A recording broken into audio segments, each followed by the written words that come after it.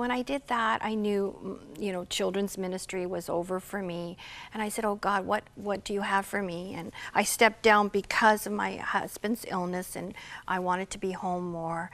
And I started to write again, but this time I formed a manual. I wrote, founded Faith Kept Ministries on 2 Timothy 4:7, and it says, I have fought the good fight. I have finished the race, and I have kept the faith. Therefore, Faith Kept Ministries. And it is a ministry that ministers to the sick and the elderly. And I travel from the various churches that invite me to come. And I teach their volunteers. I call them care ministers in the various churches. And I do 4 workshops with them. And I train them. So what to do when they visit a senior's home, or go house to house? Or someone in the hospital. Many people will say to me, I want to do this, but I don't know what to say. I don't know what to do. How do I pray? And those are things that I teach, and I also teach communication skills and how to communicate effectively to someone or their family. Because see, the family is very impacted by their terminal illness also.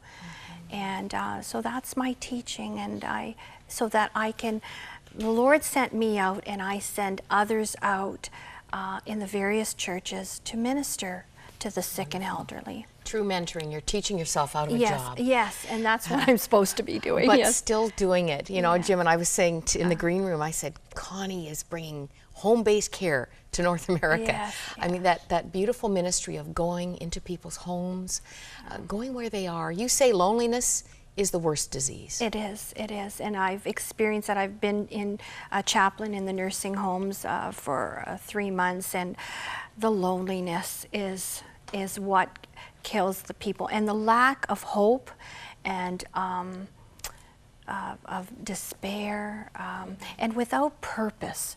I found that the people that would still have purpose, like the elderly that are still knitting or sewing, doing scrapbooking, singing, they're thriving.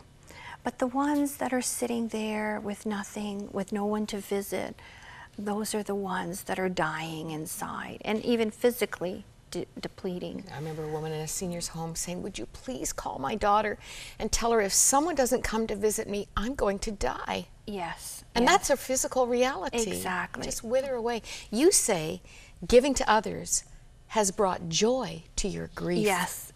Joy to your grief. And that's the only way I could find joy is because when you're giving to others, you forget about yourself.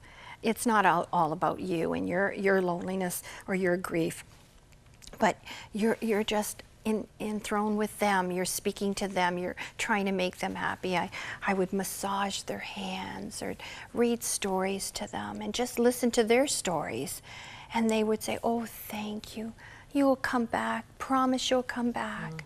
I said, "Yes, I will come back."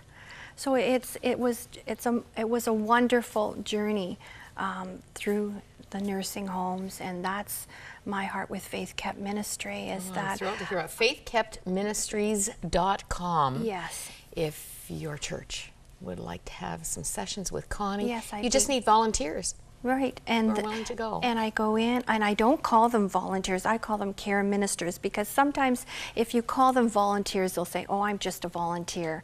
But when I call them care ministers, I mean they're ministers because they're ministering care. They're not ordained or licensed, but they are ministering the gospel and the love of Christ. That's beautiful. And the greatest gift that they give is the gift of listening.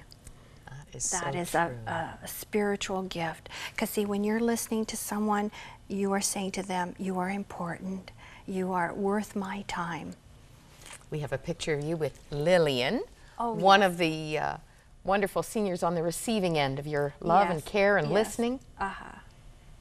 And there are so many. So many of them. And that's why with Faith Kept Ministries, it's wonderful that when you train people, you could go in and do lots, right? One person. But if I can train hundreds of doing this, then wouldn't that be so much better, that more people would be touched than just me doing it by myself? I remember showing this last time. I actually remember showing this to the person who still has my copy of this book, because I knew they needed to make your journey of a little girl who would go to church and light a candle, a candle of hope in a God you didn't really know. No, as a little girl, but I thought I was pleasing Him and wanting to light that candle. By just being present for Him. Yes. And now each chapter ends, this is the close of the previous chapter, with a torch. Yes. And you truly are a torchbearer. You're on a mission, and a woman of purpose in Christ. Yes. It's a great story, and it's a journey we can all take. You've given us wise counsel, Connie, and I think this book will help people who are maybe stuck, maybe just not knowing how to make those first steps. Exactly. Out of pain. Where is it available? It's available on my website. And that's ConnieHale.com. And if they even contact me by email, my email is on the website. It's just mail@ConnieHale.com also, or they can get it on my website. And I'll sign the book and send it to them if they request a copy. Wonderful. Yeah, and there is a chapter in there too. Anyone who has a son or a daughter or someone close to them with mental illness. Can we show your family picture? Yes, go ahead. You have grown sons, 3 of them. Yes. And Dean, he's in the Canadian Army. He's in the blue shirt. There's Christopher in the middle. He's the one diagnosed with schizophrenia. He is living independently. Yes, he is. And then there's Joel with the red turtleneck, and Tom with the red tie, and me in the middle. All my men in my life. And are they near enough that you see them? Yes, Dean comes as much as he can on holidays, and Christopher's just a few minutes away. And Joel, after my husband's funeral in May, I married Joel to Sarah, and they You were the officiating pastor. Yes, I did that. I married my sweet. son to Sarah, and they live in an apartment downstairs. And it was a beautiful wedding. It was a bittersweet because Tom, that was his hope that he would make that wedding. And he didn't, but he was in our hearts. And I'm sure he had a portal. Yes. With the great cloud of witnesses. Yes, yeah. Connie, thank you so much thank for you. coming. And just want to encourage you, you can choose joy over grief, hope, even in your despair. You might need a prayer to get on that path, and our prayer lines are available right now if you would like that.